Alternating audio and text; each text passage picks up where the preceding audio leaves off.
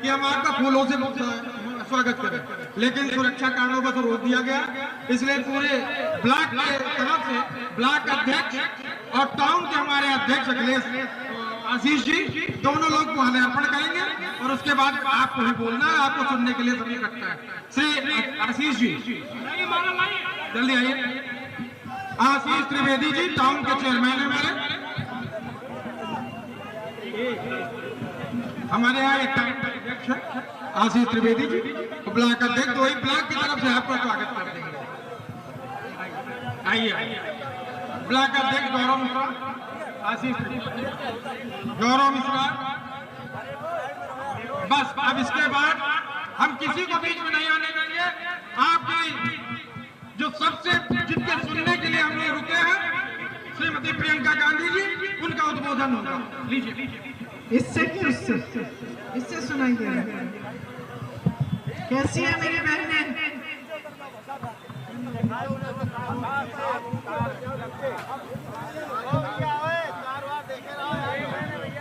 बहुत समय से इंतजार कर रही है। हाँ? खाना वाना खा के आई है? नहीं, चलो मैंने भी नहीं खाया। सुबह से चल रही हूँ, थोड़ी देर हो गई। रास्ते में ना गांव में लोग इंतजार करते हैं, तो फिर कोई बुजुर्ग होता है, अच्छा नहीं लगता कि गाड़ी में चले जा रहे हैं, तो रुक रुक के आई हूँ, इसलिए देर हो गई। माफी चाहती हूँ, जल्दी जल्दी बोलूंगी। देखिए बहनों और भाइयों, सबसे पहले तो मैं धन्यवाद देना चाहती हूँ कि आप सब यहाँ आए हैं मेरी बातों को सुनने के लिए, और मेरा आपने इंतजार किया। आज गर्मी भी है, लू चल रही है, तो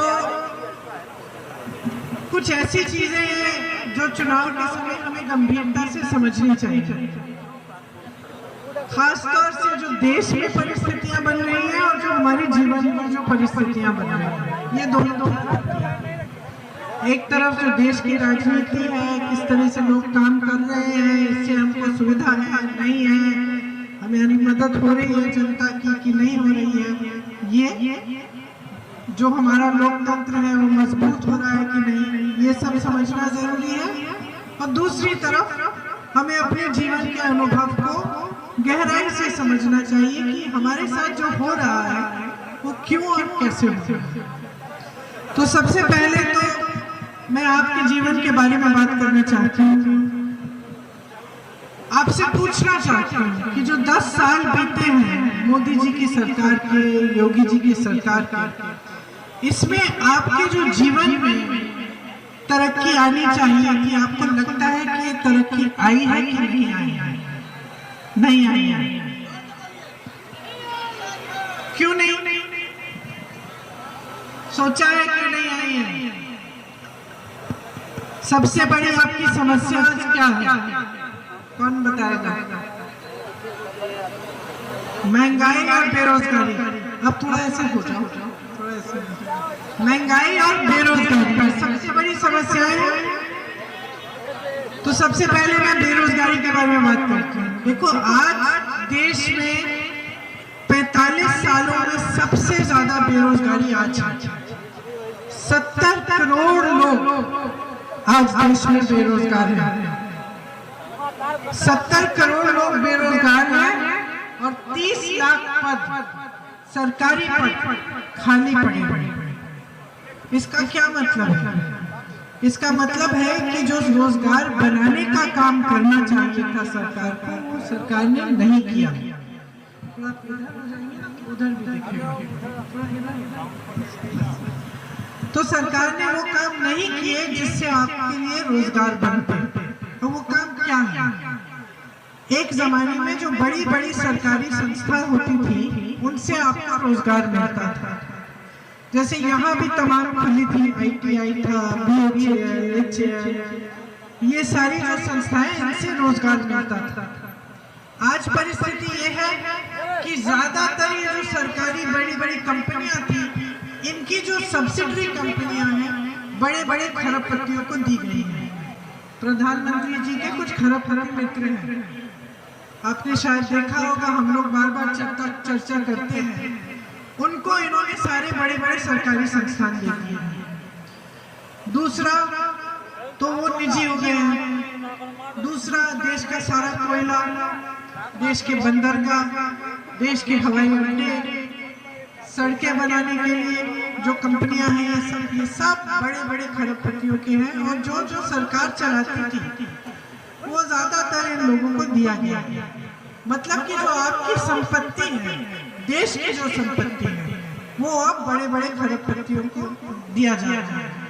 तो एक काम तो इन्होंने ये किया। दूसरा, खेती से कमाई होती थी और खेती से रोजगार भी मिलता था लोगों को। आज खेती में कमाई हो नहीं पा रही। किसान जब खेती करने जाता है तो ज्यादातर जो सामान है जिससे खेती होती थी उस पे टैक्स लगा हुआ है, जीएसटी का टैक्स। इसका मतलब है वो सारे सामान महंगे हो गए हैं, ऊपर से पेट्रोल महंगा है, डीजल महंगा है। तो महंगाई इतनी है कि जब आप कुछ खेती में करने जाते हैं तो आप कमा नहीं पा रहे। ऊपर से आवारा पशु की समस्या है, जो 5 सालों तो उससे तो मैं ही बोल रही हूँ इस समस्या के बारे में। लेकिन जब सरकार जानती है, केंद्र की सरकार भी जानती है, प्रदेश की सरकार भी जानती है कि इतनी बड़ी समस्या है, तो इसको हल करने का काम क्यों नहीं किया? ऐसा नहीं है कि नहीं हो सकती। छत्तीसगढ़ में कांग्रेस की सरकार थी। आप किसी भी छत्तीसगढ़िया से पूछिए, 5 सालों में जो ये आवारा पशु की समस्या है, ये कांग्रेस की सरकार ने इस समस्या को खत्म कैसे किया? बड़े बड़े गौठान बनाए, और ऐसे गौठान नहीं जो यहाँ है, जो यहाँ गौशाला है उसमें चारा नहीं मिलता है, पानी नहीं मिलता है, छत भी नहीं होता है जानवरों के लिए। अच्छे सरकार ने अच्छे गौठान बनाए। गौठानों में इन्होंने क्या किया कि जो भी गोबर से बना सकते थे या फिर दूध से, वो सारे काम कराए। उससे महिलाओं को खूब रोजगार मिला। मैं ऐसी महिलाओं से मिली छत्तीसगढ़ में जो 60,000-70,000 रुपए कमा रहे थे सिर्फ गौशालाओं से। ऊपर से क्या किया सरकार ने? कहा कि हम गोबर खरीदेंगे आपसे। तो जैसे ही उन्होंने कहा कि हम गोबर खरीदेंगे, जो पशु आवारा घूम रहा था, लोगों ने सोचा चलो हम रखे देते हैं, क्योंकि रखेंगे इसका गोबर बेच देंगे, सरकार खरीदेगी, सरकार उसका गोबर गैस बना देगी, हमें कमाई हो जाएगी, पशु भी आवारा नहीं रहेगा। तो इससे ये पूरी समस्या हल हो गई छत्तीसगढ़ में। आज छत्तीसगढ़ में आप जाओ तो आवारा पशु नहीं दिखेंगे। ये समस्या नहीं है कि रात में भी आपकी खेती में पहरेदारी करनी पड़ रही है। तो जब एक सरकार सही नियत से काम करती है और सही नीति बनाती है, तो उस नीति से जनता का फायदा होता है। जब गलत नियत से सरकार चलती है तो यही होता है जो देश भर में और उत्तर प्रदेश में हो रहा है, कि बड़े बड़े खरबपति जो है ये फूलते फलते हैं और जनता पिसती है, जनता खाई में रहती है, उसमें से निकल नहीं पाती है। यही हो रहा है आपके साथ। आज महंगाई इतनी है, मेरी इतनी सारी बहनें बैठी हैं, अब जब जाती हो कुछ खरीदने दिमाग में रखती होगी कि चलो आज ये खरीद लेते हैं, बाकी छोड़ देंगे, अगली बार देखेंगे। करती है ना, है ना?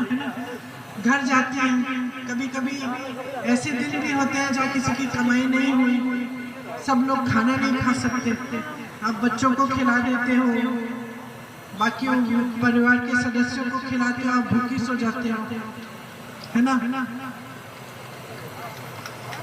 सोते भी आप आखिर में हो, जब सब सो जाते हैं। घर की सफाई भी करनी है, सब कुछ करना है। चाहे आप बाहर नौकरी करती हो, चाहे आप खेती में मदद करती हो, कुछ भी करती हो, मजदूरी करती हो, फिर भी घर आके घर तो आप ही ने संभालना है ना?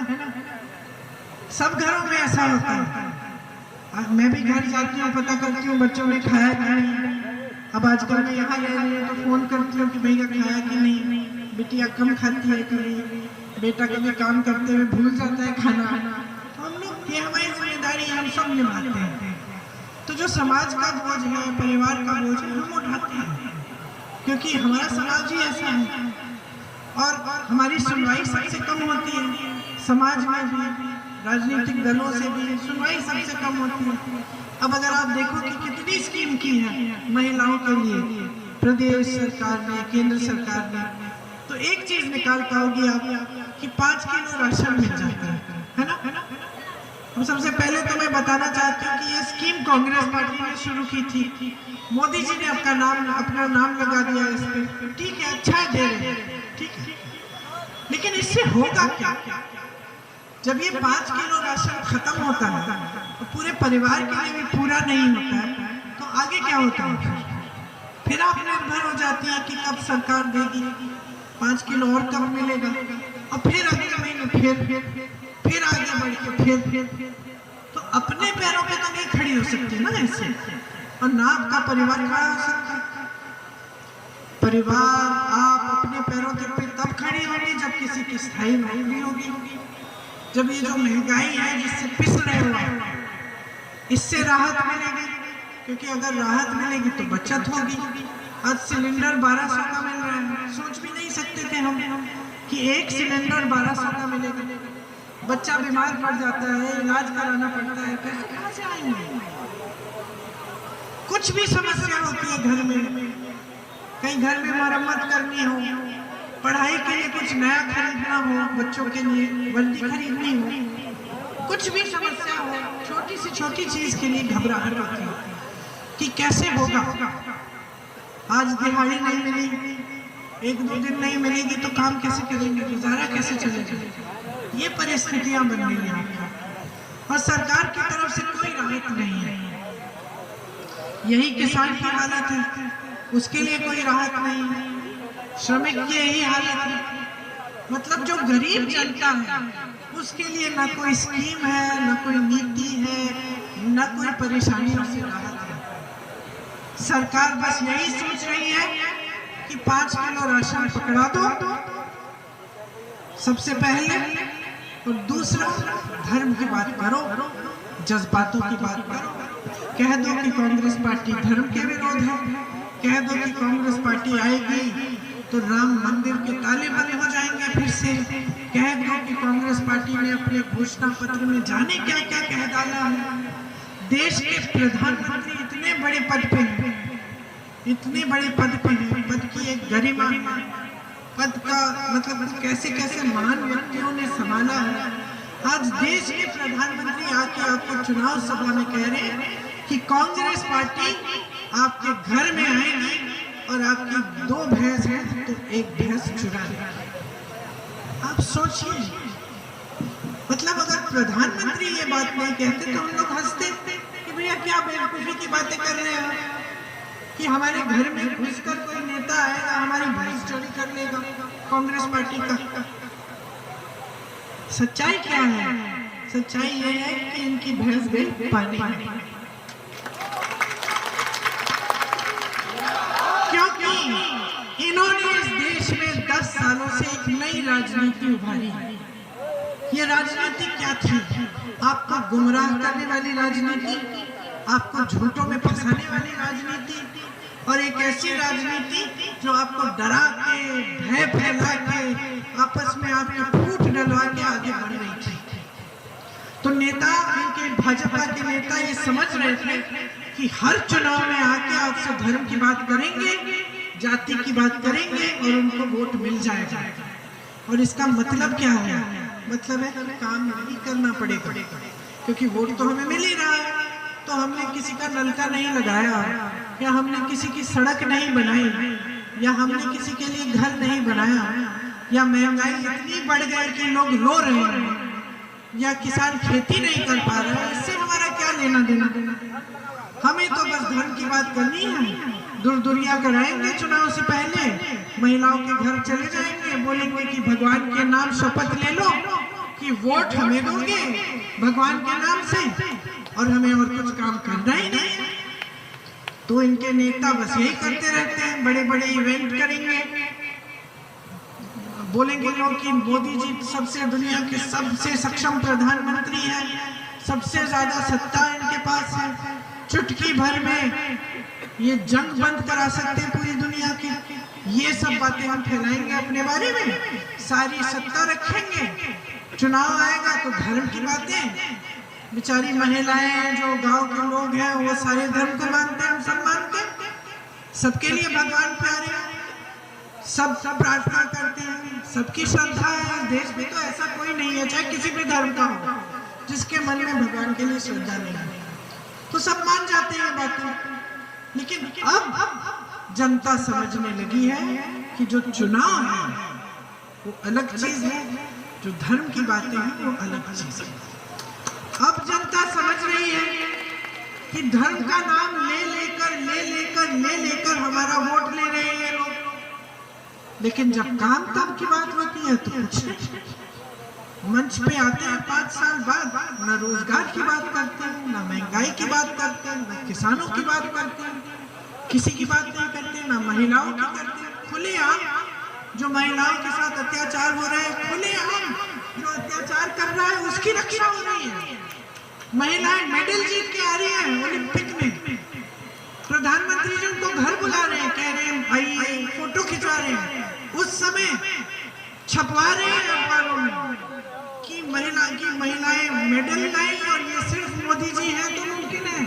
उस समय जब वही महिला आकर कहती है कि मेरे साथ अत्याचार हुआ, आपके नेता ने किया, मेरी बात सुन लो, तो प्रधानमंत्री जी उनकी बात ही नहीं सुनते, उनके पास भी नहीं जाते, उनको घर नहीं बुलाते, बल्कि जिसने वो अत्याचार किया उसको बचाते हैं। उसके बेटे को टिकट मिल रहा है इस चुनाव में। हाथरस में क्या हुआ, एक महिला पे अत्याचार किया गया, उसको जला डाला, प्रशासन ने कुछ नहीं किया। मैं वहां गई थी उनके घर, माँ बाप ने बताया कि उनको देखने भी नहीं दिया अपने बेटी को, रात को उसको जला दिया, सारी क्रियाकर्म कर दिए, माँ बाप को करने भी नहीं दिया।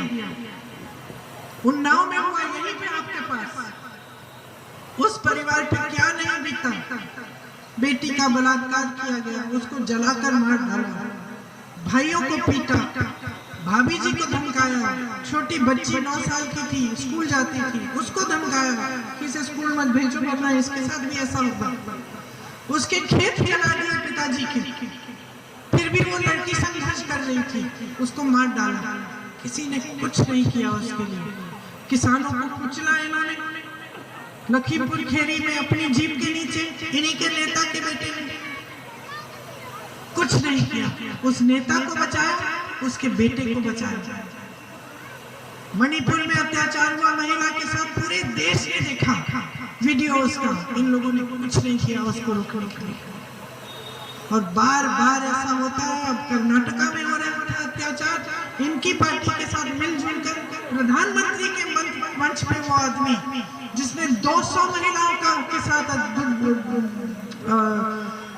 अत्याचार किया है, 200 महिलाओं के साथ प्रधानमंत्री खड़े उसके लिए वोट मांग रहे हैं। जब बात बाहर आती है वो विदेश चले जाता है। और प्रधानमंत्री ऐसा करते हैं जैसे दुनिया के सक्षम प्रधानमंत्री, और उनको पता नहीं चला कि ये आदमी भाग विदेश चले गया। कैसे हो सकता है? तो जहां जिस तरफ आप देखो, चाहे महिलाओं को देखो, किसानों को देखो, मजदूरों को देखो, किसी भी गरीब को देखो, इनके दिल में आपके लिए कुछ नहीं, कट गए हैं जनता से।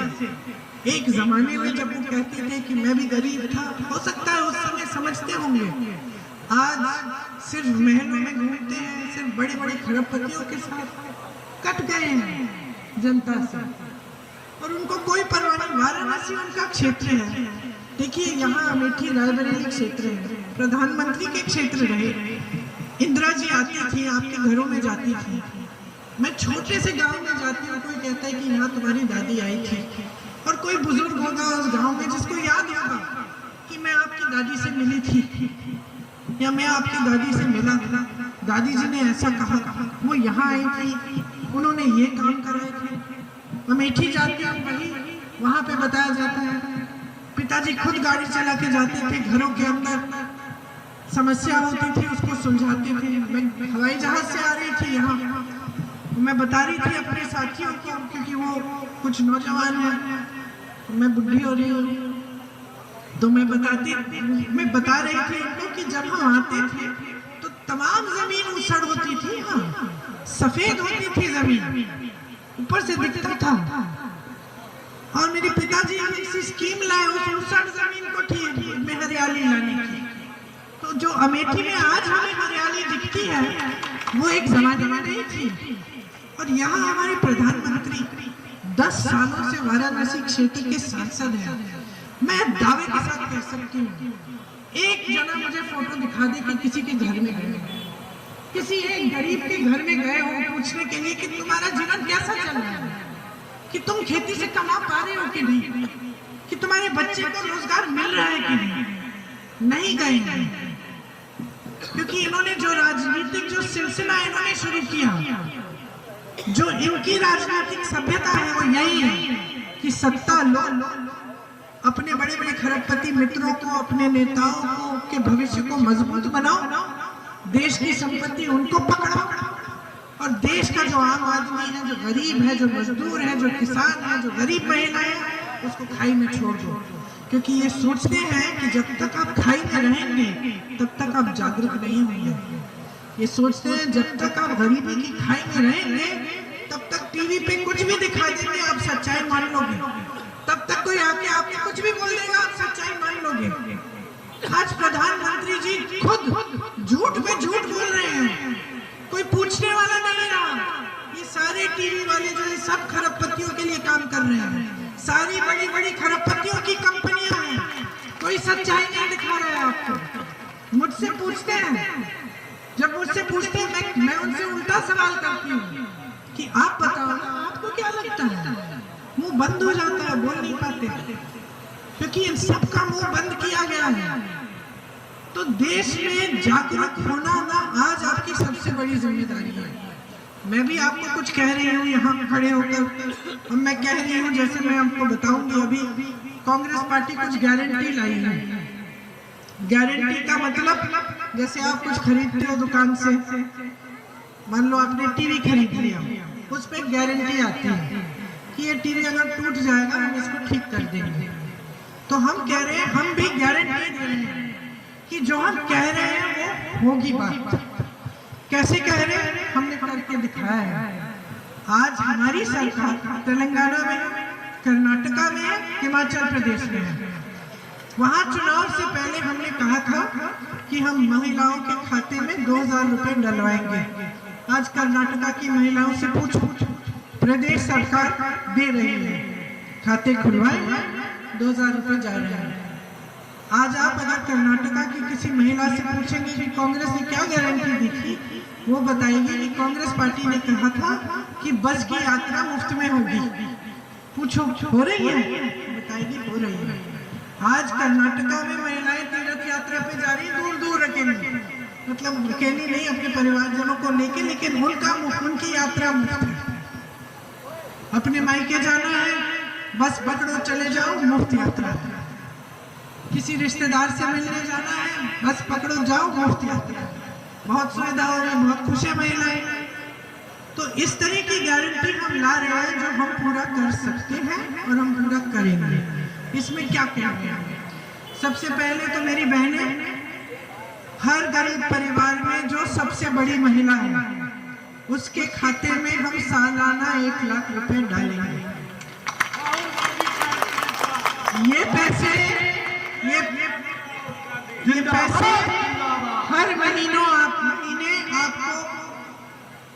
हर महीने आपको 8500 रुपए मिलेंगे और पूरे साल में आपके 1 लाख हो जाएंगे।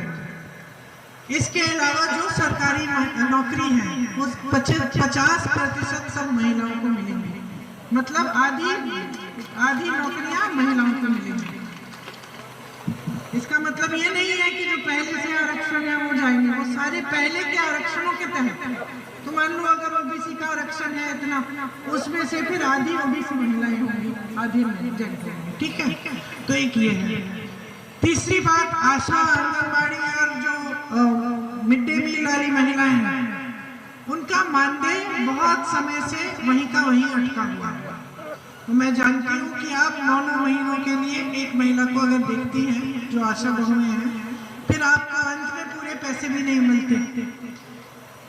तो हमने कहा है कि जो केंद्र सरकार की तरफ से पैसे आते हैं इस मानदेय के लिए, उसको दुगना किया जाएगा। मतलब आपका मानदेय बहुत बढ़ जाएगा। किसानों के लिए जितनी भी सामान आप खेती के लिए इस्तेमाल करते हो उसको हम जीएसटी मुक्त कर देंगे। मतलब जो महंगे पड़ रहे हैं वो सस्ते हो जाएंगे। आपकी कर्ज की माफी के लिए एक स्थायी आयोग बनेगा, ताकि जब जब कर्ज में होंगे अगर आप कागज दिखाएंगे तो आयोग के द्वारा आपके कर्ज माफ हो सकेंगे। जो न्यूनतम समर्थन मूल्य का विषय है, न्यूनतम समर्थन मूल्य आपका अधिकार बन जाएगा। मतलब कानूनी अधिकार बनाएंगे। तो जो आपको आपकी खेती के उपज के लिए आपको मिलना चाहिए सरकार से, सरकार को देना ही पड़ेगा। फिर नौजवानों के लिए 30 लाख जो पद खाली है उनको भरा जाएगा। इसके अलावा 5,000 करोड़ रुपए का फंड बनेगा कि कोई नौजवान अपनी छोटी सी कंपनी खोलना चाहे, छोटा सा यूनिट खोलना चाहे, कुछ बनाना है, खुद अपना बिजनेस करना है, उसके लिए आपको सुविधा इस फंड से मिलेगी। स्नातक पास जो बच्चे हैं उनके लिए एक और गारंटी है कि देखिए जो अमीर लोग हैं और जो बड़े बड़े परिवार के लोग हैं, जब बच्चा पढ़ लिख लेता है तो उसको एक अप्रेंटिसशिप या इंटर्नशिप में भेज देते हैं। उससे वो सीख भी लेता है, जैसे कोई व्यापार है कुछ है उसके बारे में सीख लेता है, उसके साथ साथ उसको थोड़े बहुत पैसे भी मिल जाते हैं तो उसका गुजारा हो जाता है। लेकिन ये सुविधा गरीब बच्चों के लिए आज तक उपलब्ध नहीं रही। हम कह रहे हैं कि गरीब परिवारों में जो बच्चे स्नातक पास हैं उनको भी सालाना 1 लाख रुपए तक की हम अप्रेंटिसशिप कराएंगे। मतलब आप पढ़ो लिखो, आपको एक अप्रेंटिसशिप दिलवाएंगे जिससे आप काम कर पाओगे जब तक आपकी स्थायी नौकरी नहीं मिलती, और आपको 1 लाख रुपए हर साल मिलेंगे। तो आपको समझना पड़ेगा कि हमारी नीतियों और उनकी नीतियों में फर्क क्या है। हमारी नीतियां ये है कि जो देश की संपत्ति है वो आपके हाथों में आनी चाहिए। तो ये जो गारंटी है, ये जो स्कीम है, इसके जरिए हम आपके हाथों में डालना चाहते हैं। किसान को मजबूत बनाएंगे। जब हम किसान का कर्ज माफ करेंगे तो मजबूत बनेगा। जब हम बड़े खरबपति के कर्ज माफ करते हैं जैसे मोदी जी करते हैं, क्या होता है? किसका भला होता है? उसी का भला होता है। 16 लाख करोड़ रुपए मोदी जी ने बड़े बड़े खरबपतियों के माफ कर दिए। यहाँ उत्तर प्रदेश में किसान आत्महत्या करता है अगर 1 लाख रुपए का कर्ज नहीं भर पा रहा है। बेटी की शादी होती है, कर्ज लेता है, ज्यादा ओले पड़ गए, कुछ नुकसान हो गया, भुगतान नहीं मिलता है उसको। हमारी एक और गारंटी ये भी है कि 30 दिन के अंदर अंदर आपको पूरा भुगतान मिलेगा अगर नुकसान हो गया फसल। तो बात यह है कि अगर पूरी सरकार सिर्फ कुछ गिने चुने लोगों के लिए चलेगी और सिर्फ राजनीति इन बातों पे होगी जिससे आपके जज्बात जुड़े हुए हैं, जिससे चुनाव के समय कोई आके आपको फुसला सके, आपसे शपथ दिलवा देंगे भगवान के नाम पे कि आप उनको वोट देंगे, लेकिन आपके नाम पे एक काम करने के लिए राजी नहीं होंगे, तो ये गलत राजनीति है। और जो सही राजनीति है उसकी नींव रायबरेली अमेठी की जनता ने डाली है इस देश में। सही राजनीति क्या होती है? जहां जवाबदेही होती है, जहां जनता आए आपके यहाँ और आप पूछो, नेता आए आपके यहाँ और आप पूछो नेता से कि मेरा काम क्यों नहीं किया। ऐसा होता था जैसे मैंने आपको बताया, और हमेशा यही परंपरा रही है मेरे परिवार के साथ। कांग्रेस पार्टी की भी यही परंपरा है। हम जानते हैं वोट लेना है तो काम पे लेना होगा, काम नहीं किया तो वोट नहीं मिलेगा। लेकिन देश में जो सिलसिला बदल रहा है कि नेता सोचते हैं कि कुछ भी कर ले, चुनाव के समय धर्म की बात करके वोट ले लेंगे, ये अच्छा सिलसिला नहीं, गलत राजनीति है। आपने यहाँ पे 103 साल पहले अंग्रेज साम्राज्य के खिलाफ आंदोलन आपने किया, रायबरेली के किसानों ने किया। एक पासी नेता थे उस समय, वो खड़े हो गए सब किसानों को इकट्ठा किया और उन्होंने आंदोलन किया। हमारे परिवार के सदस्यों ने सुना कि वहां आंदोलन हो रहा है, तब वो आए आंदोलन का समर्थन करने और आपके साथ आंदोलन में शामिल होने के लिए। लेकिन जागरूकता किसकी थी? आपकी जनता की थी। रायबरेली की अपनी जागरूकता थी कि आपने उस समय भी आंदोलन किया। तो जब लोग कहते हैं कि आप हमारे परिवार से जुड़े हो, हम तो आपकी पुकार सुन के आए, आपका मिसाल देख के आए। हमने देखा, मोतीलाल नेहरू जी ने देखा, जवाहरलाल नेहरू जी ने देखा कि ये तो किसान ये खड़ा हो गया है, इतना बड़ा साम्राज्य, इतनी सत्ता, और किसान, गरीब किसान खड़ा हो गया, ये आंदोलन कर रहा है। तभी आए, आप खींच के लाए हुए। और तब से 4 पुश्तों पहले से 4 पीढ़ियों बाद आज भी हम इसीलिए आपके साथ जुड़े हुए हैं, क्योंकि ये इस देश को सही दिशा दिखाने वाले हमेशा आप रहे हैं। कभी कभी हमसे भी गलतियां हुई, आपने दंड दिया। इंदिरा जी जैसी हस्ती को आपने एक बार यहाँ से हरा दिया, क्योंकि आपको लगा कि जो लोकतंत्र के लिए ठीक नहीं है जो हो रहा है। इसीलिए मैं आज आपके पास आई हूँ, क्योंकि आज फिर से लोकतंत्र के लिए ठीक नहीं है जो हो रहा है। जो हो रहा है इस देश में आज कि लोकतंत्र को कमजोर किया जा रहा है, जनता को कमजोर किया जा रहा है। संविधान बदलने की बातें हो रही हैं।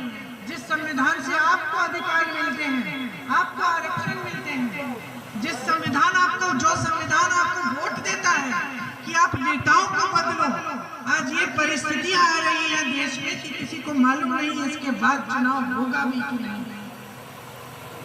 तो समझ लीजिए कि देश की क्या परिस्थितियां हैं और ये चुनाव इतना महत्वपूर्ण क्यों है। जो नेता आपके यहाँ लड़ने आ रहे हैं, मेरे बड़े भाई राहुल जी, वो 4000 किलोमीटर पैदल कन्याकुमारी से कश्मीर तक चले हैं।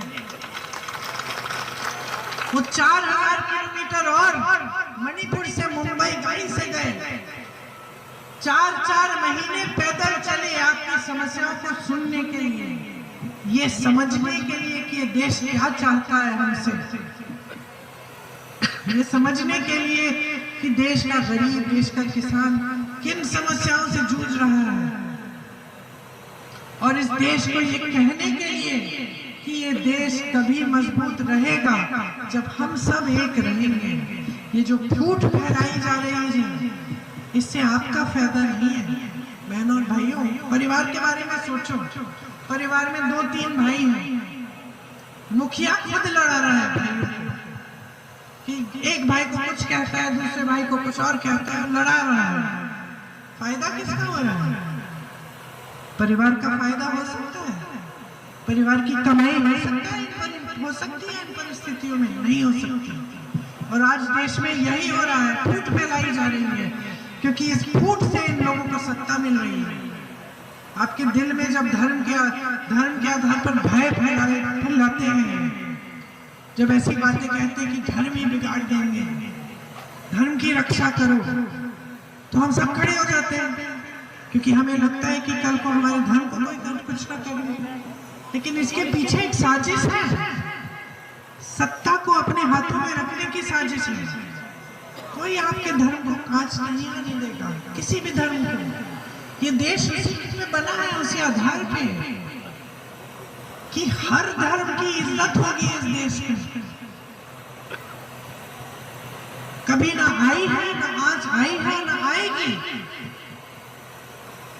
तो ये बातें आपको समझनी है कि समस्या तब आएगी जब आप लड़ोगे। क्योंकि याद रखना कि किसी लड़ाई में किसी नेता की मौत नहीं होती, किसी नेता की हत्या नहीं होती। लड़ाइयों में जब ये इस तरह के फूट फैलाते हैं, जो बड़े होते हैं अपने घरों में छुप जाते हैं, दंगा होता है, किसका नुकसान होता है? किसके घर जलाए जाते हैं? फूट फैलते हैं, किसका नुकसान होता है? जब गांव में नफरत फैलती है, किसका नुकसान होता है? किसी नेता का नहीं होता। नेता तो फायदा उठाता है, और खास तौर से इस तरह के राजनीतिक दल जो चुनाव के समय आपसे धर्म के नाम पर वोट मांगते हैं, वो फायदा उठाते हैं, नुकसान आपका होता है।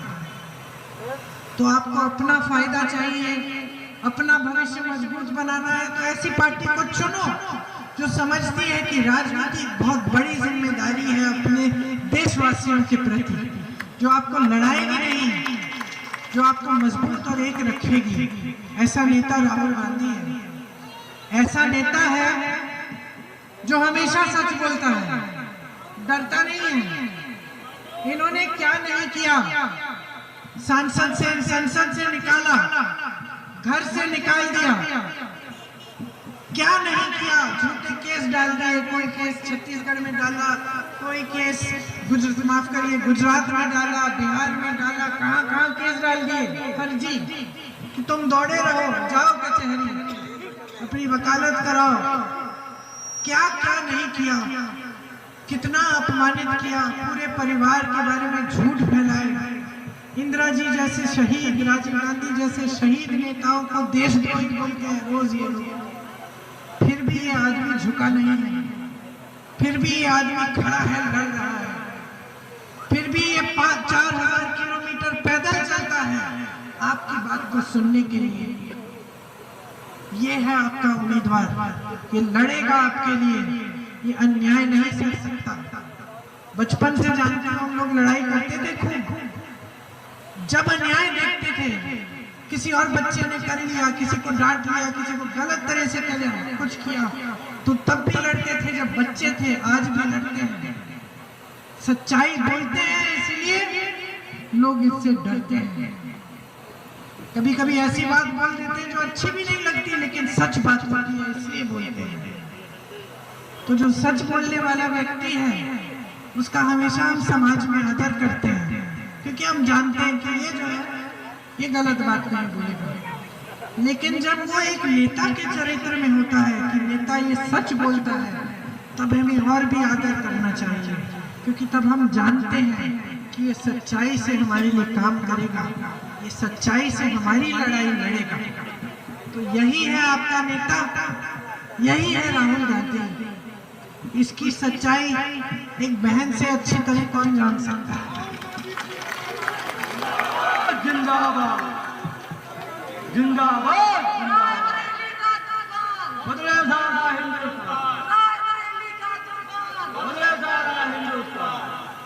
तो इनके दिल में आपके लिए दर्द है, ये दिल से आपकी सेवा करना चाहते हैं, और किया है, जीवन भर की है। माता पिता ने की है, दादी दादा ने की है, परदादा ने की है, सबने सेवा की है। और ये जो एक रिश्ता है हमारे और आपके बीच में, ये बाहर के लोग समझ नहीं सकते। कई लोग इसको परिवारवाद कहते हैं, कई लोग कहते हैं अरे ये तो गांधी परिवार है इसीलिए वोट। नहीं, ऐसी बात नहीं है। ये रिश्ता जो है प्रेम का रिश्ता है। आपने सींचा है अपने समर्थन के साथ, हमने सींचा है अपने समर्पण के साथ। हमने इकट्ठे काम किया है पूरे क्षेत्र के लिए। हम सबको गर्व होता है जब कोई मिलता है अपने क्षेत्र से जो अच्छा कर रहा है, जिसका भविष्य अच्छा उज्जवल बना है। तो एक परिवार समान है और हम आपको ऐसे ही मानते हैं।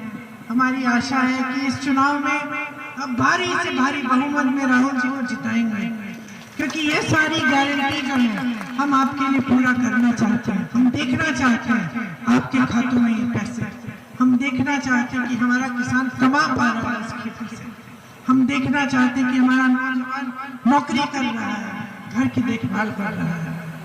तो आप यही चाहते हैं जो हम चाहते हैं, इसीलिए हम एक साथ ये लड़ाई लड़े, अपने देश के लोकतंत्र को, अपने देश के संविधान को मजबूत रखें, ताकि सही राजनीति इस देश में फिर से आए और ये देश फिर से सही दिशा में चले। आपको बहुत बहुत धन्यवाद, आपने बहुत बातें सुनी। एक बार मेरे साथ कहिए, राहुल गांधी